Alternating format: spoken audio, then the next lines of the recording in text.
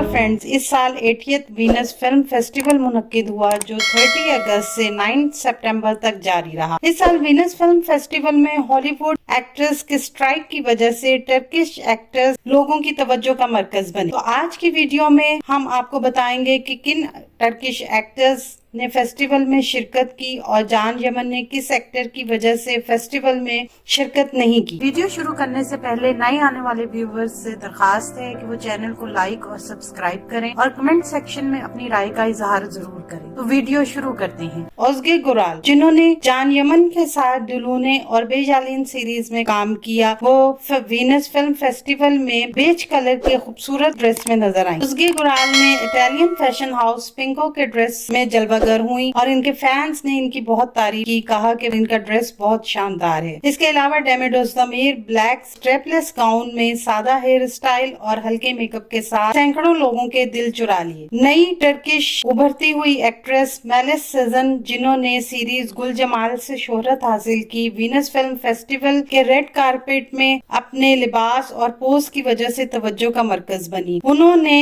रेमे अली का white gown जेबतन किया और इसके साथ साले बदामचे व्हाइट सूट में नजर आए। इस कपल ने फोटोग्राफर्स को काफी हैरान किया। अब बात करते हैं जान यमन की, जिन्होंने इस साल फेस्टिवल में जाने से गुरेज किया। पिछले साल उन्होंने वीनस फिल्म फेस्टिवल में बेस्ट इंटरनेशनल एक्टर का अवार्ड अपने नाम किया। लोगों का ये ख्याल है कि जान यमन ने डेमिड ओज़दमिर से तकरीब में मिलने से बचने के लिए फेस्टिवल में शिरकत नहीं की। सीरीज अर्तुगल की हलीमा सुल्तान इसरा बिल्गे भी ब्लैक ड्रेस में मुख्तलिफ पोज करती हुई लोगों की तवज्जो का मरकज बनी और इनके फैंस ने खुलकर इनकी तारीफ की।